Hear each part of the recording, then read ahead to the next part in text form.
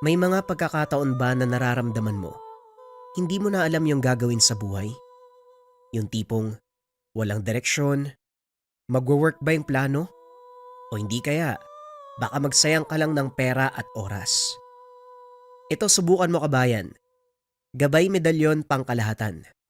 Simbolo ng pag-asa, gawang Pilipino, gawang lokal. Ano ang bisa? Lucky charm pampaswerte at gabay. Sa career, health, love life and finance. Ang simbolo na nasa gitna ay old tattoos ng mga Pilipino, travelers and compass. At ang mga salita na nakapalibot ay baybayin, old alphabet ng mga Pilipino, na ang ibig sabihin, kalakasan, kayamanan, kalasag at katalinuhan. Kasama din dito ang 6 na sangkap na hinalo habang kinukurba ang medalyon. 6 na pangkalikasang sangkap. Tawas tapol, leklay, diamante negra at 3 lihim na sangkap.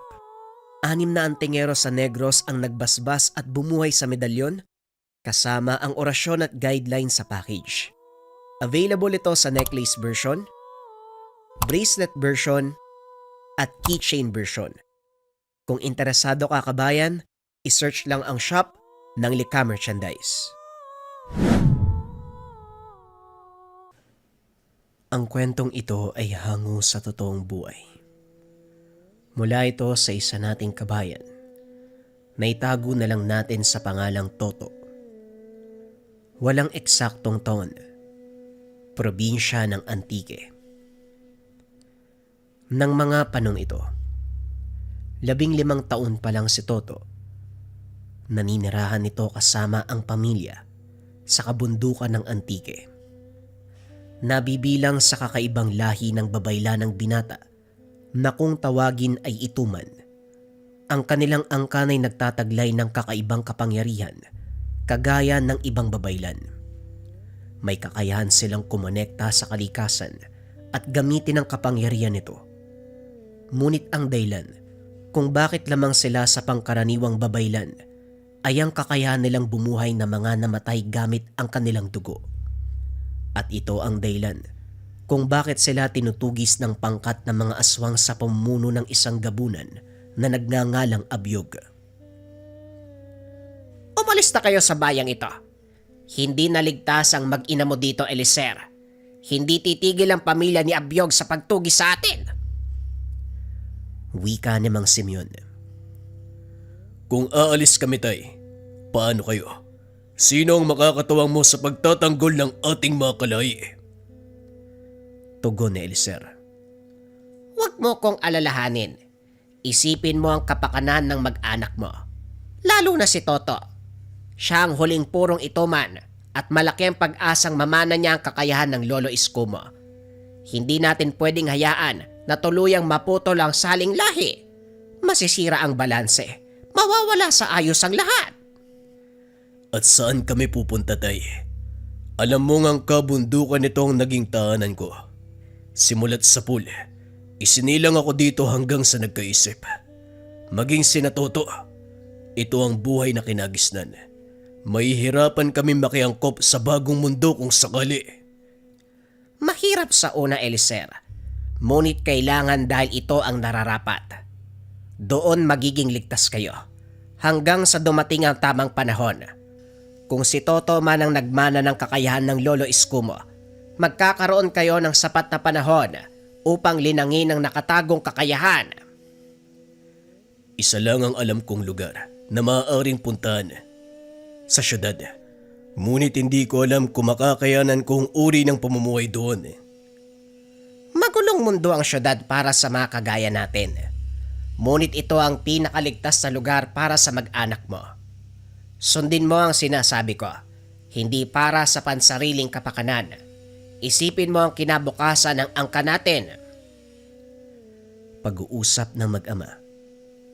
Pinag-isipan ng husto ni Eliser ang sinabi ni Tatang Simeon. Alam niyang tama ang pasya ng matanda. Ngunit naroon pa rin ang pag-aalinlangan na baka hindi nila kayanin ang buhay sa bagong mundo. Minsan na itong nagawi sa syudad at hindi naging maganda ang karanasan ni Eliser sa lugar Hindi tanggap ng mga taga-syudad ang kanalakyang kultura, pangungutya at pang-aalipusta ang natanggap. Mula sa mga taong nabulaga na ng sistema ng modernong mundo. Kinabukasan, muling kinausap ni Eliezer ang ama. Ano, Eliezer? Nakapagpasya ka na ba? Sa totoo lang, alam ko naman na tama ang sinasabi niyo, Tay. Para sa ikabubuti ng mag-anak ko gusto niyong mangyari. Pero hindi ko maalis sa akin ang takot. Dahil minsan ko na ring naranasan ng mamuhay sa syudad. Hindi maganda ang karanasan ko at alam mo yan. May dahilan kung bakit naging ganon ang karanasan mo. Gaya ng palagi kong sinasabi sa iyo. Lahat ng nangyayari ay may rason. Pag-isipan mong mabuti at timbangin. Kung mananatili kayo ng mga anak mo, hindi lang silang mapapahamak, kung hindi ang buong bayan. Yan din po ang kinakatakutan ko. Ang madamay ang maraming tao. Kung gayon, kakausapin ko ang aking pamilya.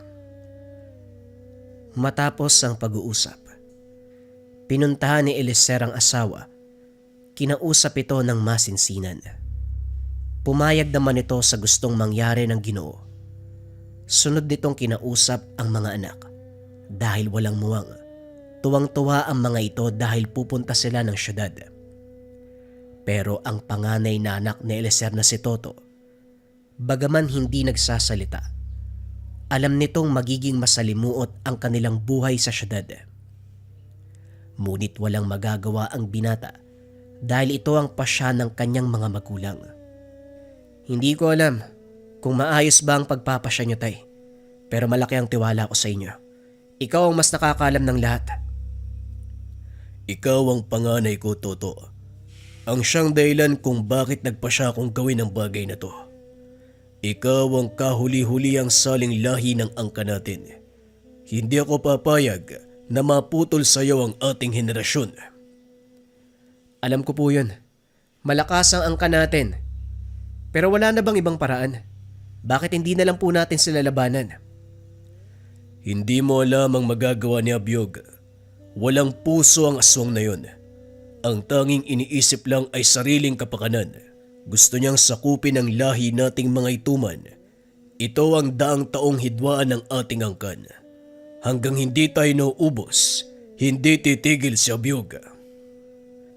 Bagay na hindi natin maaaring paintulutan. Ikaw ang tanging pag-asa, Toto.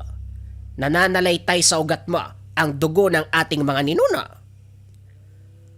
Nagulat ang dalawa nang biglang magsalita ang matanda.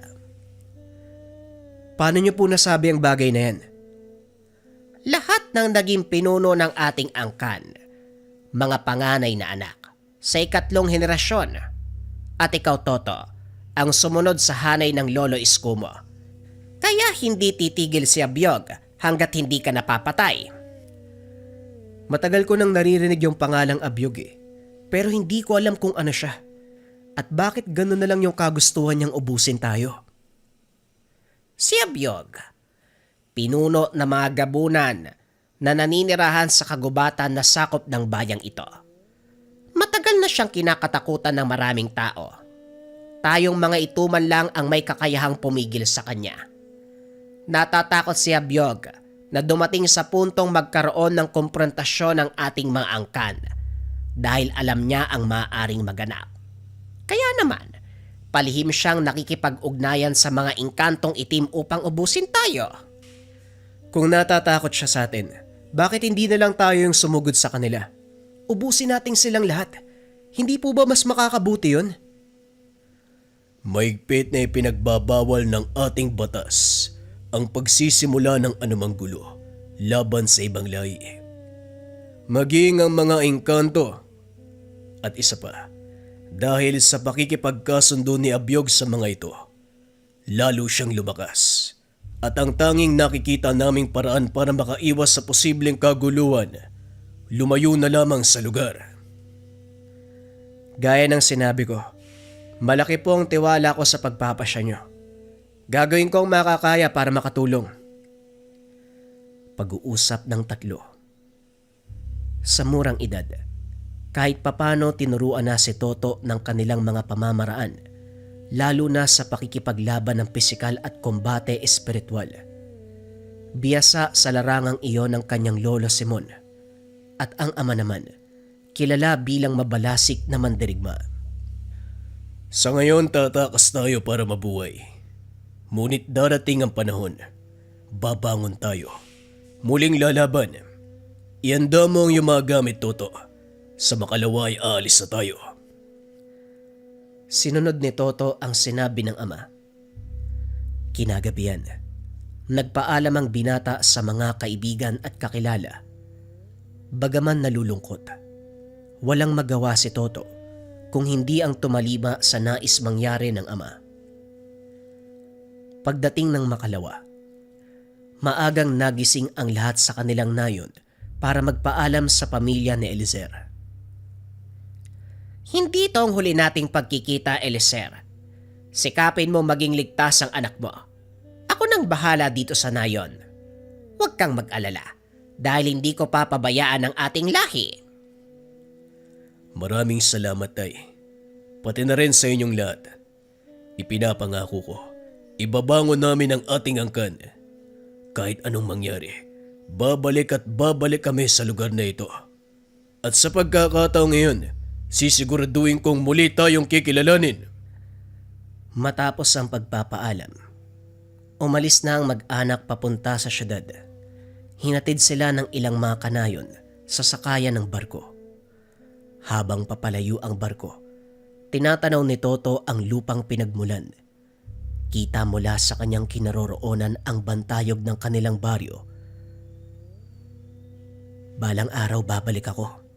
Itatayo ko ang karangalan mo. Si Choy Tuman. Inabot ng isang araw ang biyahe bago sila dumaong sa pantalan ng Maynila. Lingid sa kalaman ni Toto, unang pag-apak pa lang ng kanilang paa sa syudad, tuluyang magbabago ang buhay. Inikot ng binata ang tingin sa paligid dahil sa dami ng tao. Hindi na nito namalayang napahiwalay siya sa mga magulang. Hawak-hawak ni Eliezer ang dalawa nitong kapatid. Sa pag-aakalang nakasunod lang si Toto, hindi na ito lumingon. Ngunit nang lumabas na sila sa pantalan, napansin nito na wala na ang binata sa kanyang likod. Kaya iniwan ni Eliezer ang mag-ina sa sulok upang balikan ang binata. Mabuti na lang, tinandaan ni Toto ang sinabi ng ama. Huwag aalis sa kinakatayuan kung hindi niya alam ang pupuntahan. Natagpuan niya itong nakatayo malapit sa isang poste. Dali-dali niya itong nilapitan.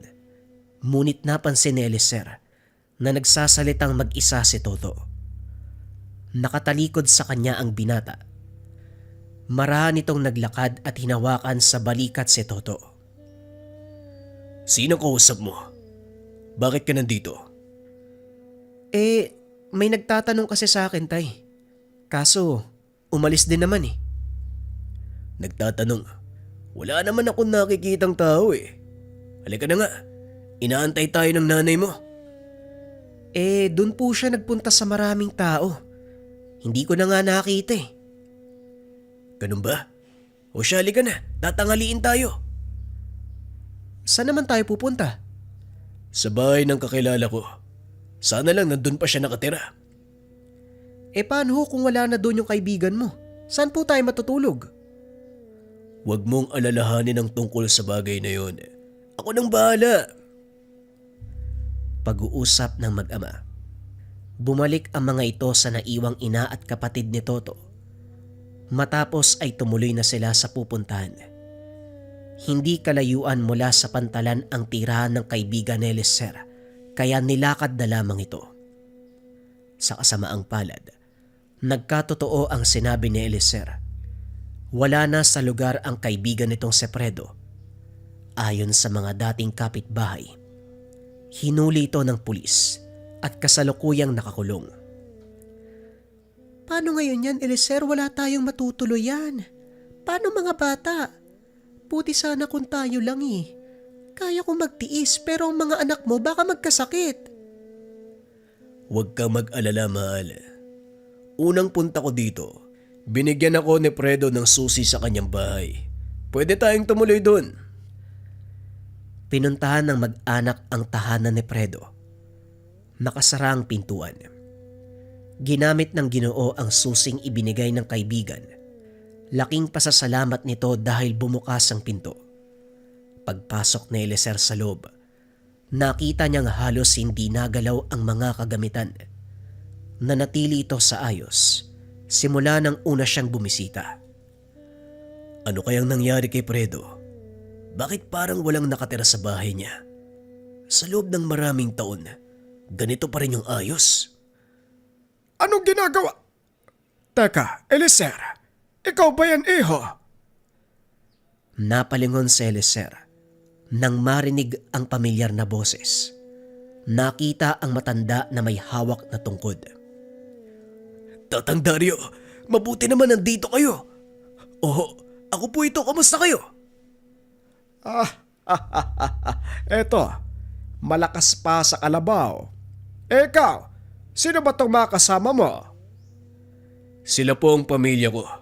Ang asawa kong si Mila at ang panganay kong si Toto. At dalawa kong anak.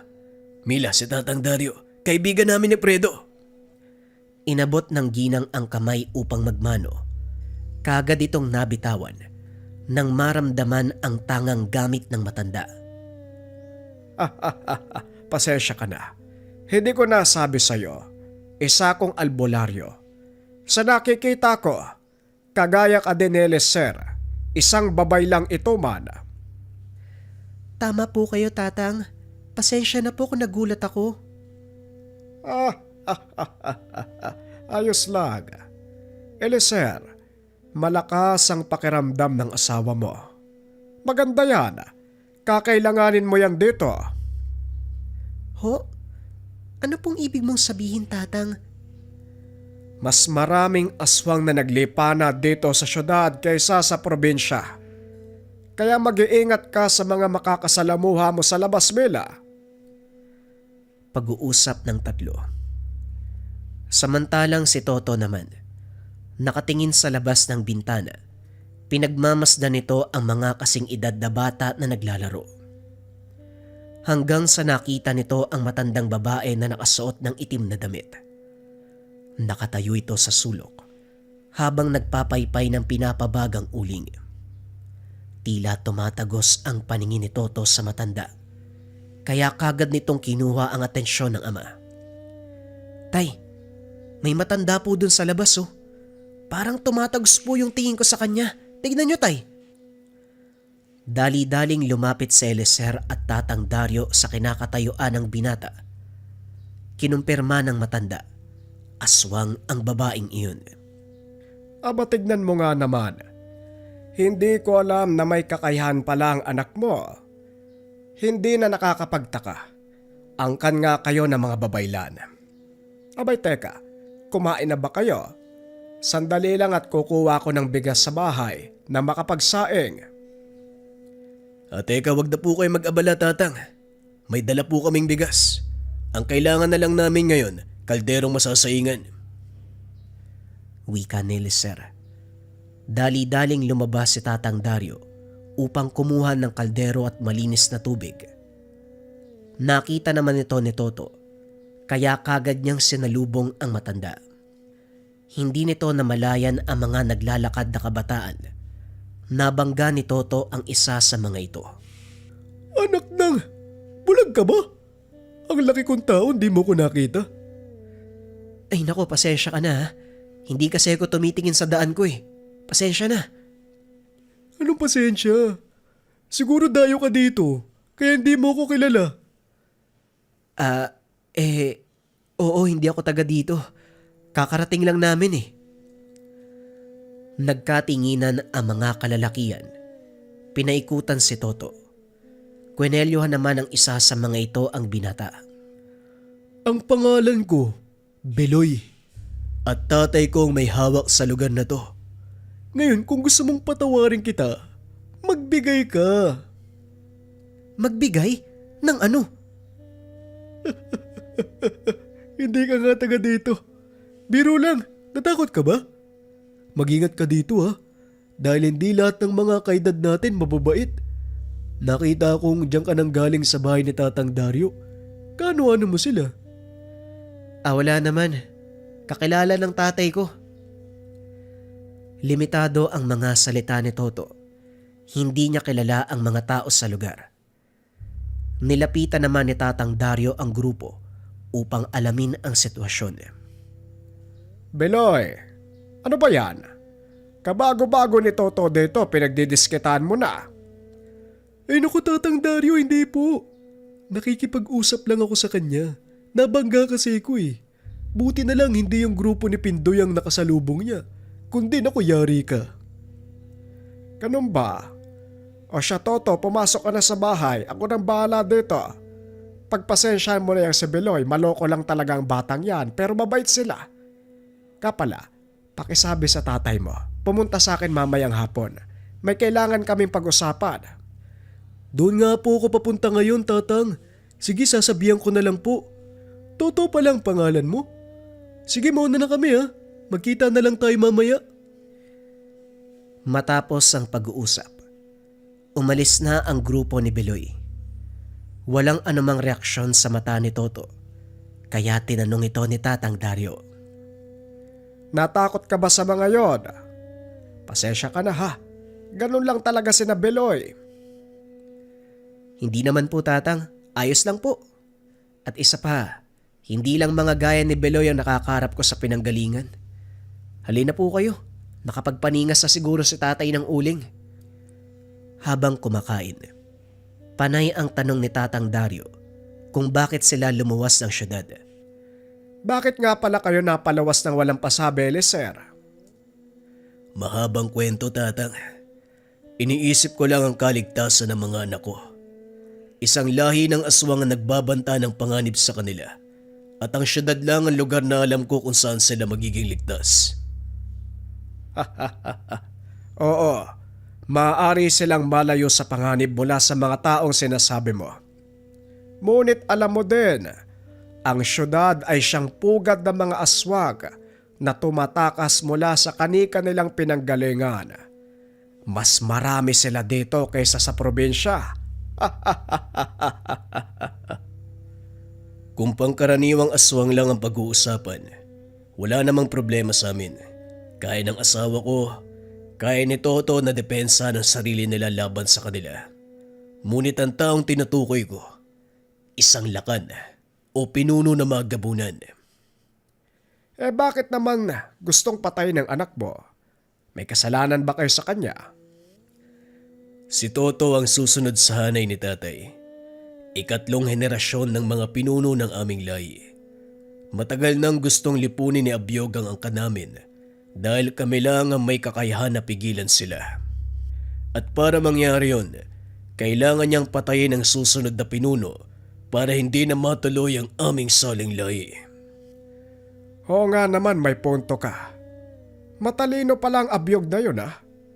Bueno, dahil nandito na lang din, bakit hindi mo na lang ako tulungan?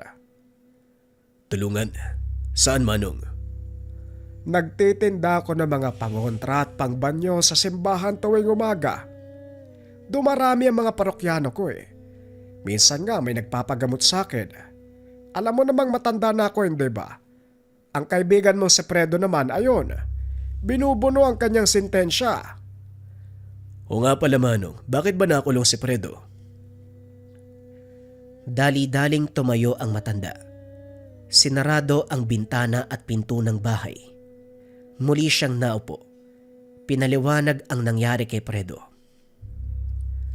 Nagkaroon ng engkwentro si Fredo sa isang mangkukulab. Nagawa niyang talunin at napatay. Sa kasamaang palad, walang sapat na ebidensyang magpapatunay na mangkukulam ang taong napatay ng kaibigan mo. Kahit ang mga testimonya ng mga tao, hindi pinaniniwalaan ng otoridad, kaya nakulong si Fredo. Ilang taon naman ang sentensya niya? 2 taon. Binaba ng hukuman ng hatol dahil wala namang kamag-anak na nagsampa ng kaso. At kung magpapakabait siya sa loob, maaari pang mabigyan ng parol. Sana nga lang. Pero pwede ba natin siyang bisitahin sa loob? Pwede naman. Sa makalawa pupunta kami doon at Hindi na ituloy ni Tatang Dario ang sasabihin. May kumatok sa pintuan. Tatang, buksan niyo po yung pintuan, bilisan niyo. Si tatay po, may nangyari po kay tatay.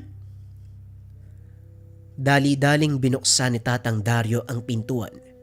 Nakita si Beloy. Namumutla at pawis na pawis.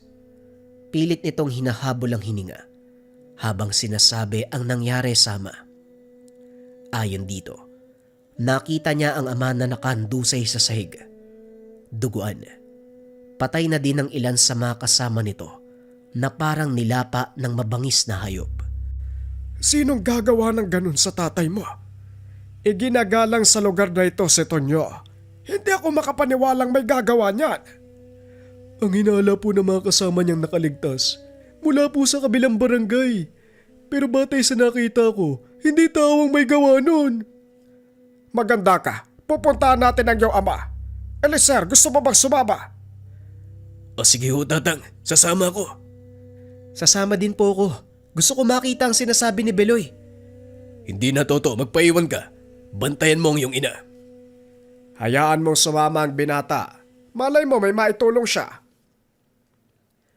Walang nagawa si Eliezer. Si Tatang Dario na ang mismong nagsabi na isama si Toto.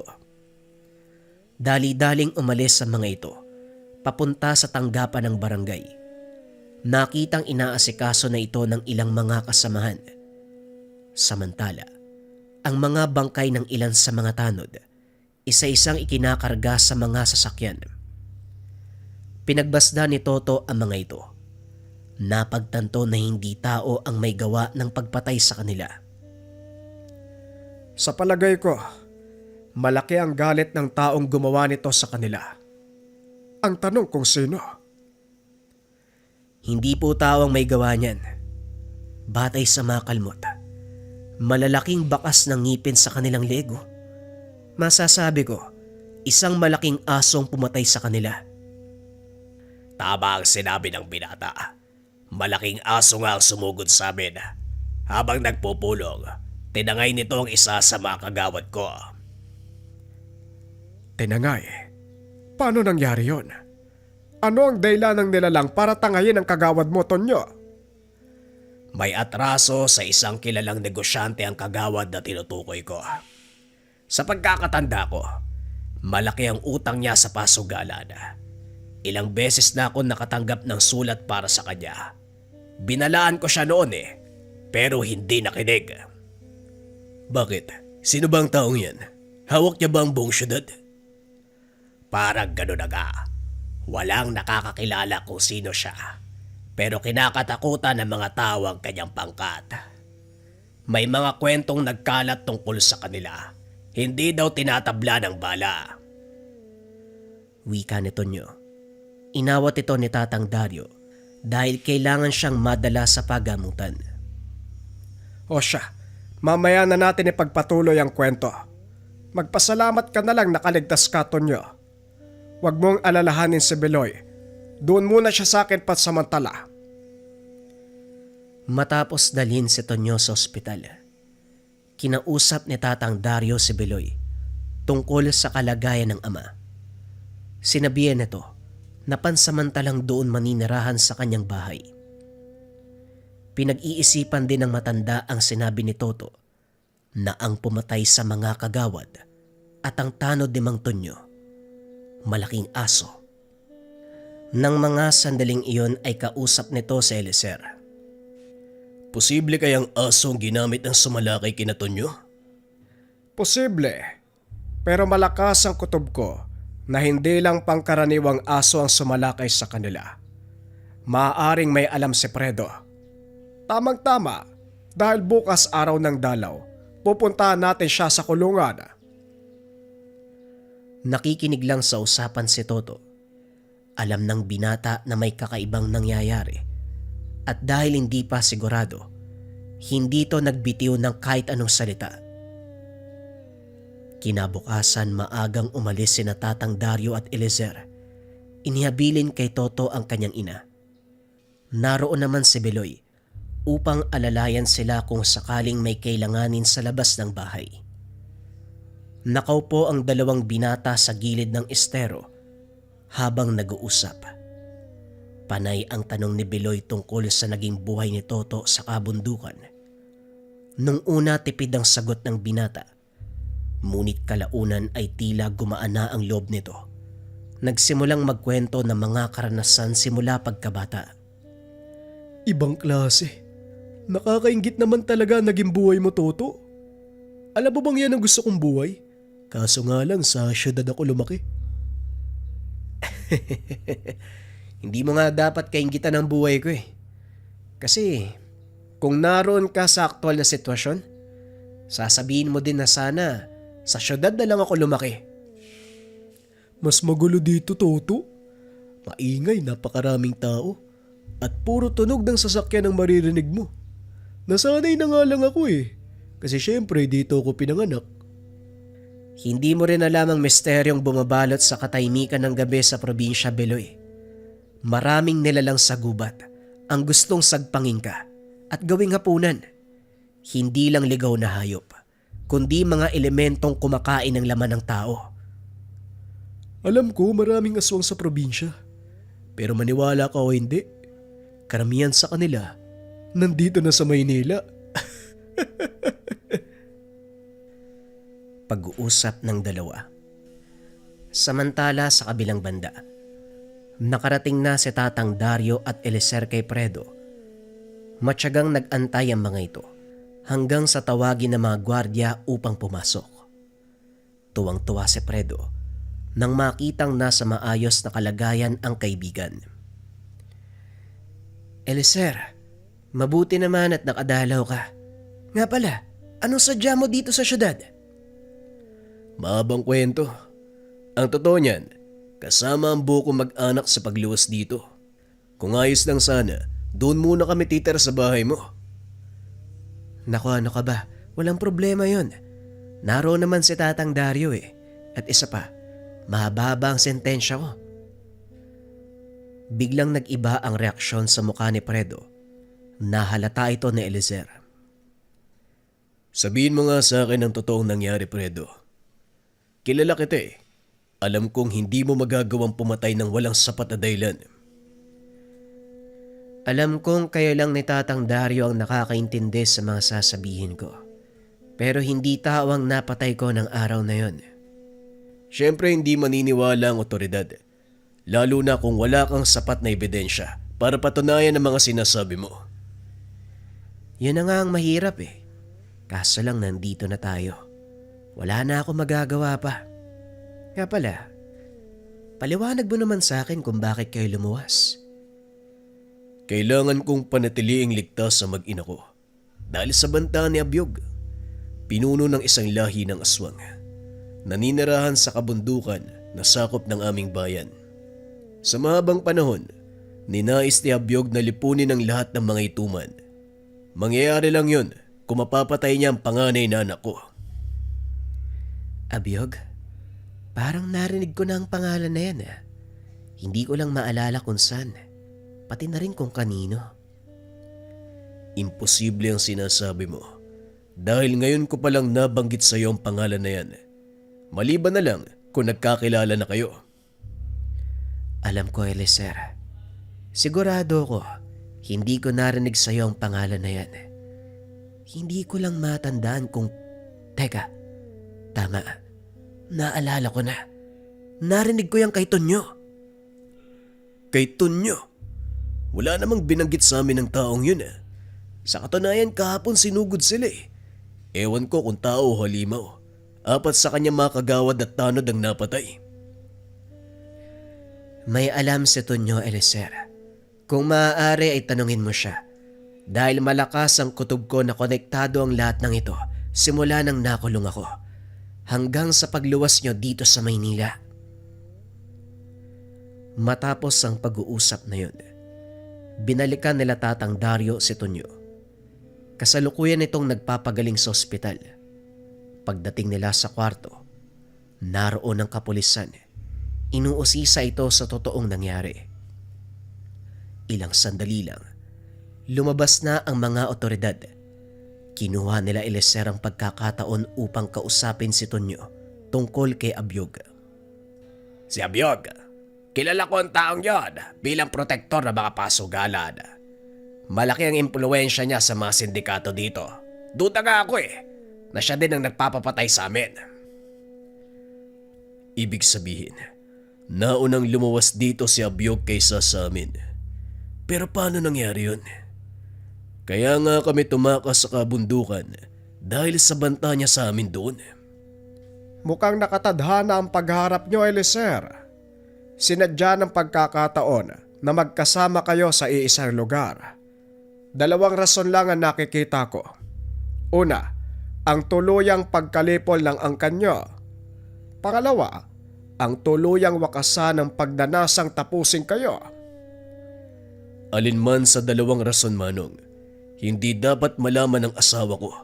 Pati na rin ni Toto ang tungkol dito dahil siguradong matatakot sila. Wala kang dapat alalahanin tungkol sa bagay na yan, Eliezer.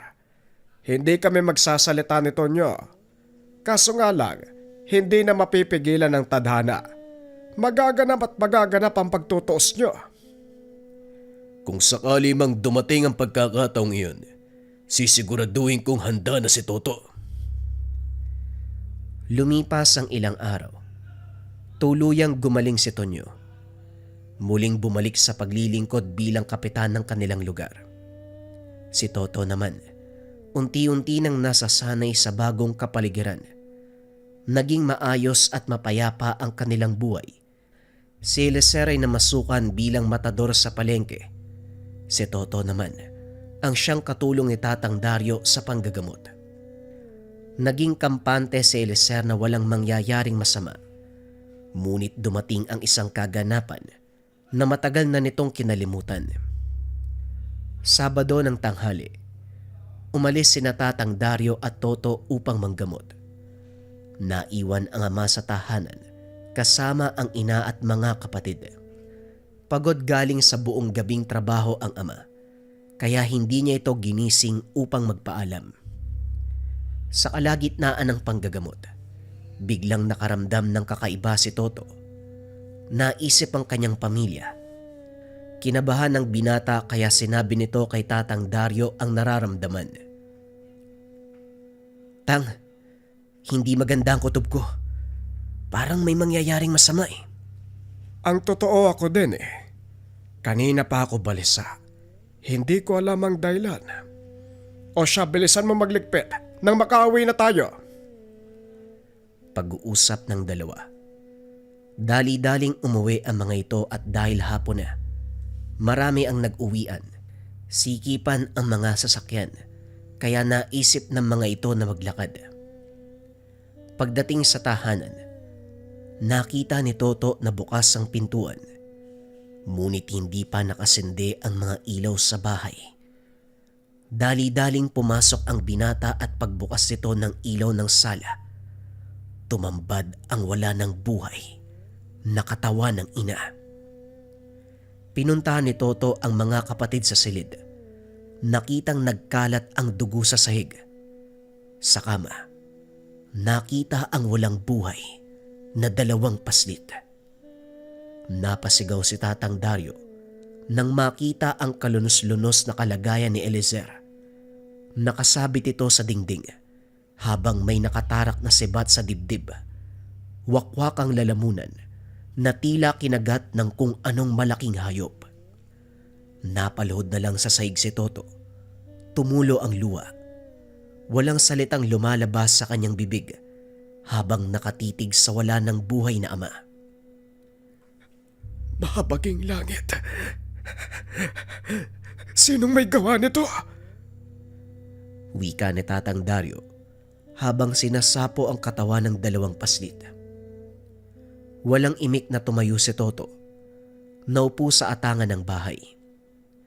Magkahalong galit at kalungkutan ang naramdaman ng binata. Ngunit mas nangibabaw ang pagsisisi nito sa sarili.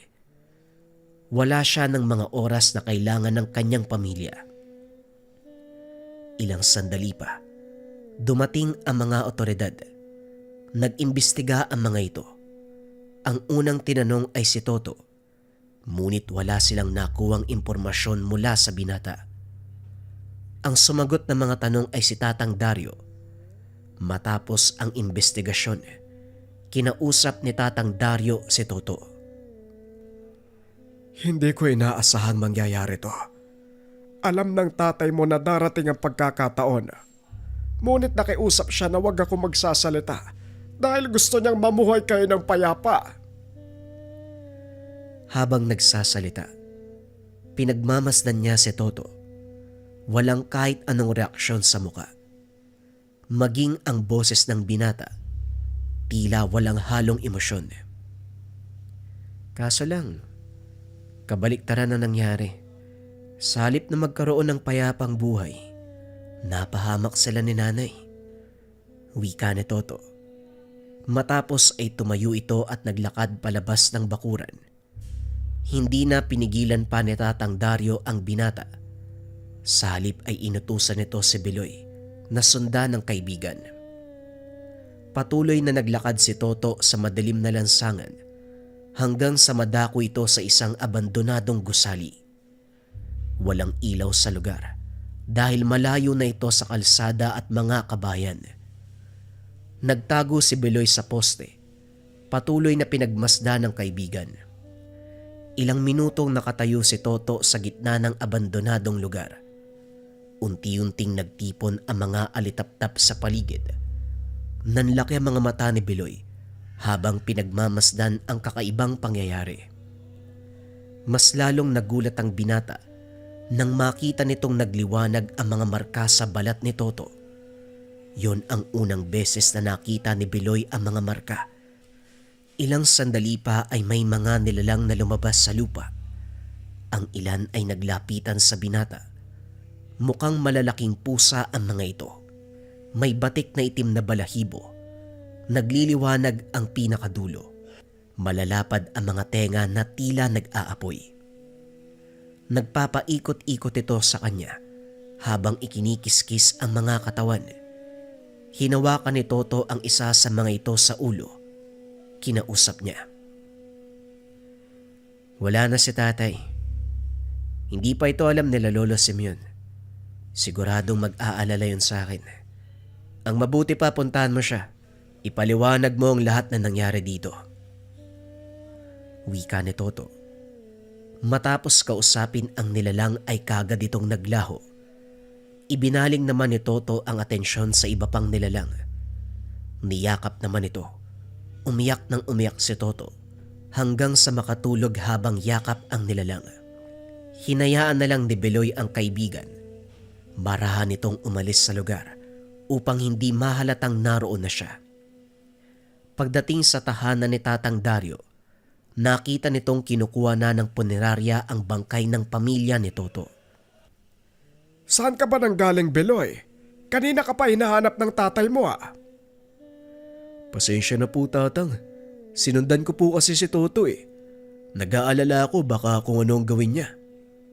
Oh, nasaan si Toto? Naroon po sa bakanting gusali sa kabilang kanto. Magugulat kayo sa sasabihin ko. May kapangyarihan si Toto. Ikaw lang ang nagulat, Beloy.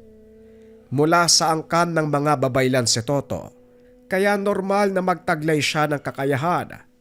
Sinisiguro ko sa'yo na hindi lang yan ang masasaksiyan mo. O siya, puntahan mo na ang tatay mo. Matapos ang pag-uusap ng dalawa, umalis na rin si Beloy. Sakto namang dumating si Toto. Matamlay pa din ito at parang walang ganang kumilos. Alam kong nawalan ka ng mga magulang at kapatid. Ngunit hindi ito ang oras para magmukmok. Ayusin mo ang sarili mo at maganda ka. Isang bagay lang ang gusto kong gawin ngayon, Manong. Yon ay gumante sa ginawa ni Beloy sa tatay ko. Paano mong nalaman na si Beloy ang may gawa nun sa mga magulang mo? Ipinakita sa akin ng mga engkanto. Nandito na sila sa syudad. Ang totoo, mas nauna pa silang dumating dito. Alam ng tatay mo ang tungkol sa bagay na yan. Kaya pinili ni Eliezer na wag nang sabihin sa iyo ang lahat. Nauunawaan ko naging pasya ni tatay. Gaya ng palagi niyang sinasabi sa akin. Darating ang panahon na ako magdadala ng pangalan ng aming angkan at hindi ko hahayaang tuluyang kaming malipol. Ano ang plano mo? Hindi ka pwedeng kumilos na mag-isa. Hindi po ako kikilos na mag-isa, tatang. Iintayin ko lang na dumating sila Lolo Simeon. Pag-uusap ng dalawa. Hindi na nagtaka ang matanda kung paanong naiparating ni Toto ang mensahe sa kanyang mga kaanak. Alam nito na may nalalamang paraan ng binata para makipag-ugnayan sa mga tao kahit malayo sila. Kinabukasan, dinala sa tahanan nila Tatang Dario ang bangkay ng pamilya ni Toto. Hindi pa rin makapaniwala ang binata. Wala na ang mga magulang. Nakaupo ito sa harapan ng mga ataul habang minamanmanan ang masasayang alaala kasama ang ama, ina at mga kapatid. Sa kalagitnaan ng lamay may mga taong dumating upang makiramay. Karamihan sa kanila, mga nakilala ni Eliezer nung minsan siyang nagpunta sa lugar. Ang ilan ay nanghihinayang dahil napakabuting tao nito. At ang ilan naman ay naaawa kay Toto dahil mag-isa na lang sa buhay. Abala sa pag-aasikaso ng mga tao sina Tatang Dario nang dumating ang pangkat ng mga kalalakian. Napansin ni Toto na dali-daling pumasok ng tahanan si Mang Tonyo at hindi na muling lumabas. Tumayo ang binata, tinignan kung ano ang nangyayari. Mang Tonyo, ano pong nangyayari? Bakit parang takot na takot kayo? Toto, sila ang mga tauhan ni Abyog. Nanlaki ang mga mata ni Toto. Sa hindi malamang dahilan ay biglang sumiklab ang galit. Walang pagdadalawang isip na lumabas. Sinugod ang mga kalalakihan na itinuro ni Mang Tonyo. Dito'y pinamalas ni Toto ang kakaibang lakas at bilis. Hindi makapaniwala si Tatang Dario sa itinatagong lakas ng binata. 6 na kalalakihan ang dumating ng mga oras na yon. Ngunit mag-isa silang pinabagsak ni Toto. Bagaman hindi alam ang kadahilanan, nagiyawan ng mga tao nang makita ang ginawa ng binata. Ang lakas ng loob niyong pumunta sa lamay ng mga magulang ko. Hindi ba kayo nakontento nang patayin niyo sila? Ano pa ba ang gusto niyo? Wika ni Toto. Tumayo ang isa sa mga kalalakihan at nagsalita. Hindi pa tapos si Abyog sa inyo. Hindi titigil ang pinuno namin hanggat hindi nauubos ang inyong angkan. Sisiguraduhin ko din sa inyo na makikita kayong dalawa. Iparating mo kay Abyog. Aantayin ko siya. Ngayon lumayas kayo bago pa ako tuluyang mapikon. Dali-daling nagtayuan ang mga kalalakian. Tumakbo papalayo sa lugar. Nang mga sandaling ito, nasaksihan ni Tatang Dario ang tinatagong lakas ni Toto. Pambihira ang ginawa mo ah. Hindi ko akalain magagawa mong patumbay ng tagi-isang suntok lang ang mga taong yon. Karaniwang tao lang sila, Tatang. Meron pang mas malakas ko ikukumpara sa kanila. At yon ang dapat kong pagandaan. Tugon ni Toto. Matapos ay muli itong naupo sa harapan ng mga ataul ng magulang. Nang sumunod na araw, habang natutulog si Toto, may dumating na panauhin. Si Tatang Dario ang humarap sa mga ito. Mawalang galang na po. Maaari ko bang malaman kung anong sadya nyo? Ako ang ama ni Eliezer. Ang pangalan ko ay Simeon. Nasaan ang apo ko? Kayo po pala, Apo Simeon. Pasensya na. Hindi ko pa po kayo nakikita ng personal. Ako ho si Dario, kaibigan ni Eliezer. Si Toto ay natutulog. Ilang araw nang walang pahinga. Ganun pa. Maraming salamat sa pagtanggap sa kanila. Hayaan nyo na munang matulog si Toto.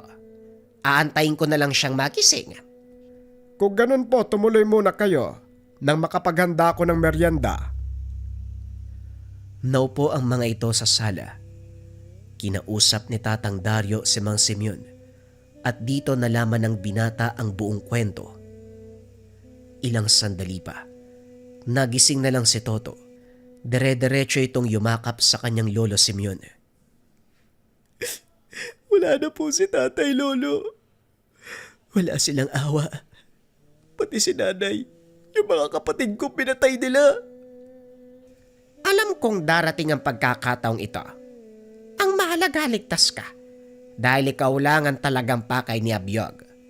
Sa oras na mapatay ka niya, ang ibig sabihin, nagtagumpay ang kanyang adhikain. Hindi ko papayagang manalo si Abyog. Kung kinakailangang gamitin ko ang lahat ng itinuro ni tatay sa akin, gagawin ko. Masiguro ko lang na hindi magwawakas sa akin ang angkan. Pasensya ka na, Toto. Kung inatang sa iyong balikat ang ganitong kabigat na pasanin, ikaw ang kahuli-hulian sa ating angkan. Masakit man sa aking sabihin, ngunit sa iyo nakasalalay ang pagpapatuloy ng ating lahi. Hindi niyo po kasalanan ng naging kapalaran ko. Isinilang ako para magpatuloy ng ating angkan. Gagampanan ko ito ng buong katapatan. Ilang araw ang lumipas. Nagpasya si Tatang Simeon na sunugin ang bangkay nila Eliezer, alinsunod sa kanilang tradisyon. Matapos isinilid ito sa maliit na banga upang dalhin sa kanilang lupang sinilangan, ilalagay sa huling pahingahan.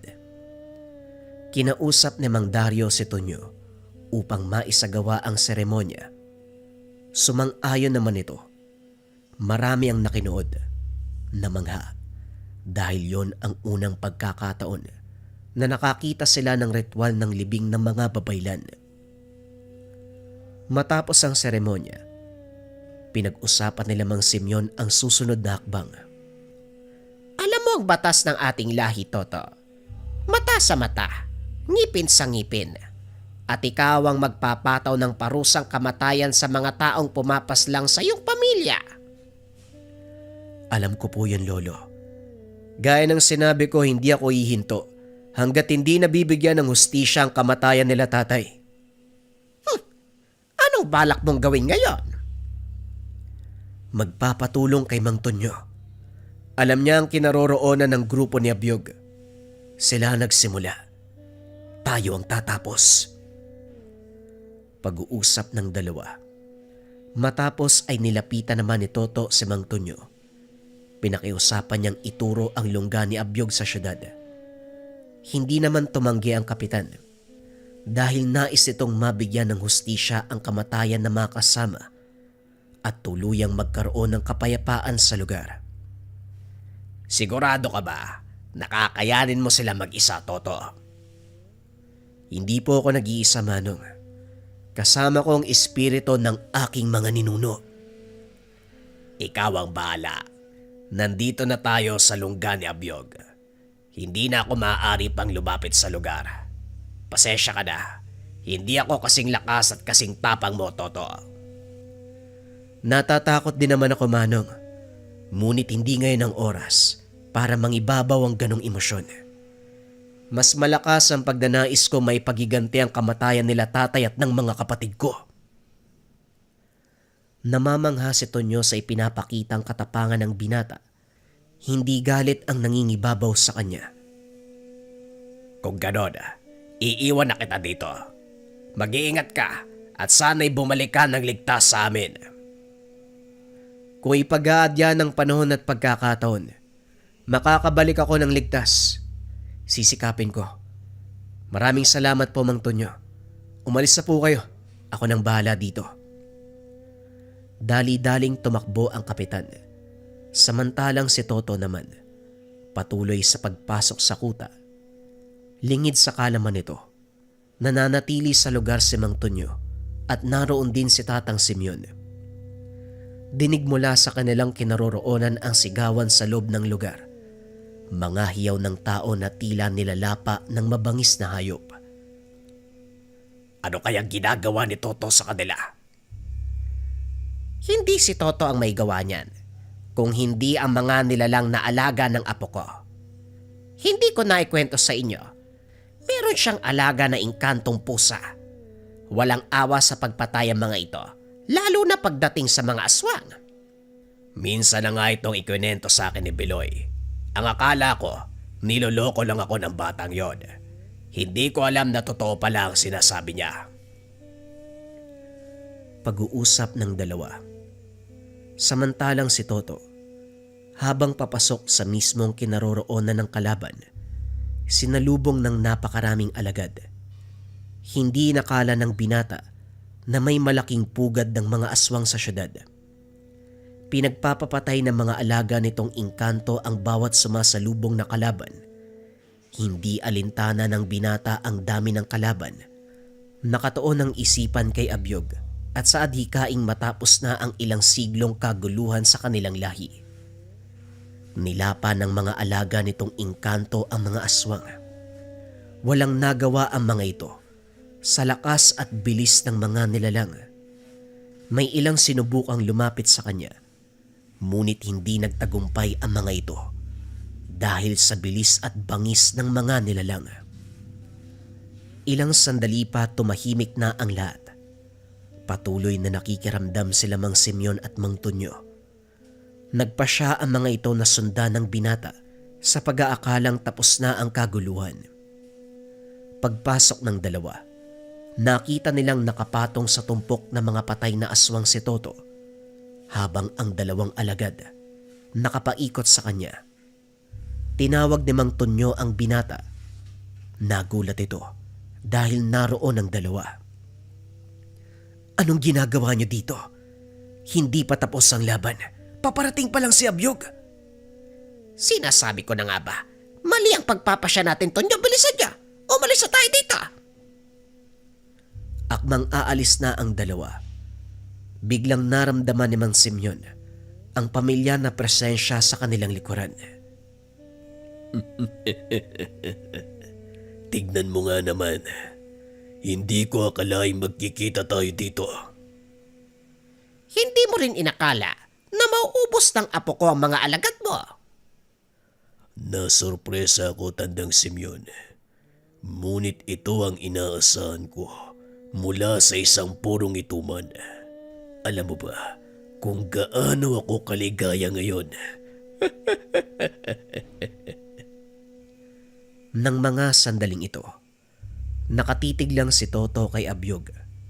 Nakakbay ito sa dalawang nakakatanda habang nakatingin sa kanya ng nakakaloko. Alam mo bang matagal ko ng pangarap to, Abyog? Ang tuluyang matapos ang kaguluhan. Matatapos lang ito kapag namatay ang binatang yan. Wika ni Abyog habang nakaturo ang daliri kay Toto. Walang ibang mamamatay sa gabing ito kung hindi ikaw at ang mga kalahi mo. Tumingin ka sa paligid. Hindi mo ba nakikita ang kasalukuyang sitwasyon? Wala na ang mga kasama mo. Mag-isa ka na lang. Sa tingin mo may magagawa ka pa? Hindi ko kailangan ng mahihinang nilalang. Sapat na ang lakas ko para patayin ang batang yan at tuluyang wasakin ang lahi niyong mga ituman. Wakas sana ng aming angkan. Sa palagay mo, ikaw ang gabunang nakatakda. Napatingin si Abyog sa kinakatayuan ng binata. Laking gulat nito dahil wala na si Toto sa kinakatayuan. Hinawakan ni Mang Simeon si Mang Tonyo sa ulo. Iniyoko. Isang malakas sa suntok ang tumama kay Abyog, dahilan para tumalsik ito sa malayo. Dali-daling tumakbo palayo ang dalawang nakakatanda, habang si Toto ay muling sinugod si Abyog. Hindi pa man nakakatayo, muli na namang tinamaan ng sipa ng binata. Hinayaan siyang tumayo ni Toto, hinawakan sa leeg. Walang mabasang emosyon si Abyog sa mga mata nito, bagay na labis niyang ikinatakot. Anong problema? Wala ka bang nakikitang kahinaan sa akin? Tanong ni Toto. Hinawakan ni Abyog ang kamay nito. Sinubukang kumawala sa pagkakasakal. Ngunit lubang malakas ang pagkakahawak sa kanya. Hindi nito matanggal ang kamay ni Toto. Tumalon pa itaas ang binata kasama ang kalaban at sinubsob sa lupa. Para kay Abyog, malaking kahihiyan ang sinasapit nito sa binatang ituman. Hindi na napigilan ng gabunan ng galit. Nagbagong anyo. Sinugod si Toto. Kaso nga lang kahit sa antas na yun, wala pa rin siyang nagawa dahil sa bilis at lakas ng pangangatawa ng binata. Idagdag mo pa ang 2 alaga nitong hindi umaalis sa kanyang tabi. Sa tuwing susugurin ni Abyog ang binata, sinasalubong ito ng mga nilalang. Ano ang mga nilalang na yan? At saan kumukuha ng lakas ang apo nyo? Si Toto, kahuli-hulihang angka ng ituman mula sa hanay ng aking ama. 3 panganay sa kanyang henerasyon. Kaya naman nakuha nito ang purong dugo ng aming angkan. Kakibat ng kanyang pagiging purong ituman ay ang pagbibigay ng kalikasan ng kapangyarihan sa kanya. Nagmula sa mga elemento ang lakas ni Toto. Ito ang itinatagong kapangyarihan ng mga purong ituman. At kahit ang pinakamalakas sa gabunan, walang kalaban-laban. Malaking pagkakamali ang ginawa ni Abyog nang piliin niyang ubusin ang aming angkan. Muling ibinaling ni Tonyo ang tingin sa binata. Napatunayan ang sinasabi ng matandang ituman. Kahit sa totoong anyo, walang nagawa si Abyog kung hindi saluin ang malalakas na atake ni Toto. Hindi nito nagawang gumanti dahil sa tuwing aatake, naiilaga nito ni Toto. Hanggang sa tuluyan na itong napuruan ng binata, isang malakas sa suntok sa sigmura. Bigla itong bumalik sa anyong tao. Muling hinawakan ni Toto sa leg si Abyog at itinaas. Hindi na sana humantong sa ganito ang lahat kung hindi ka naghangad na ubusin ang aming angkan. Kapwa namumuhay ng payapa ang ating mga angkan, ngunit dahil sa pagdanais mong maghari, ito ang kinalabasan. Huli na para sa'yo. Tatapusin ko na ang walang saysay mong pangarap. Magpahinga ka ng payapa. Tapusin ang paghihirap mo. Pakawala ng iyong sarili sa pot at galit na bumulag sa iyo sa mahabang panahon. Wika ni Toto. Pinatay niya ang kalaban. Unti-unting naging abo ang katawan ni Abyog. Sumama ito sa hangin. Napagtanto ni Tatang Simeon na hindi nito pinatay si Abyog para parusahan o magiganti. Sa halip ay pinalaya ito ng binata mula sa pagkakabilanggo sa puot. Matapos ang kaganapan, nawalan ng malay ang binata. Dali-dali itong pinuntahan ni Tonyo at binuhat. Habang naglalakad pa uwi, hindi makapaniwala ang kapitan. Pasan-pasan niya sa likod ang kahuli-hulihan na henerasyon ng mga ituman. Opinyon ko sa kwento, sana simula pa lang kinalaban na si Abyog. Paulit-ulit nang sinabi ni Toto nalabanan na lang nila. Kaso hindi nakinig yung tatay, hindi nakinig yung buong angkan. Sa paghahangad na magkaroon ng simpleng buhay, ayan, namatay pa si Eliezer pati yung mga kapatid at nanay niya. Minsan talaga mga kabayan, no? Kailangang gumamit ng dahas. Kayo ba? Anong opinyon nyo sa kwento? Share nyo naman sa comment section. Salamat.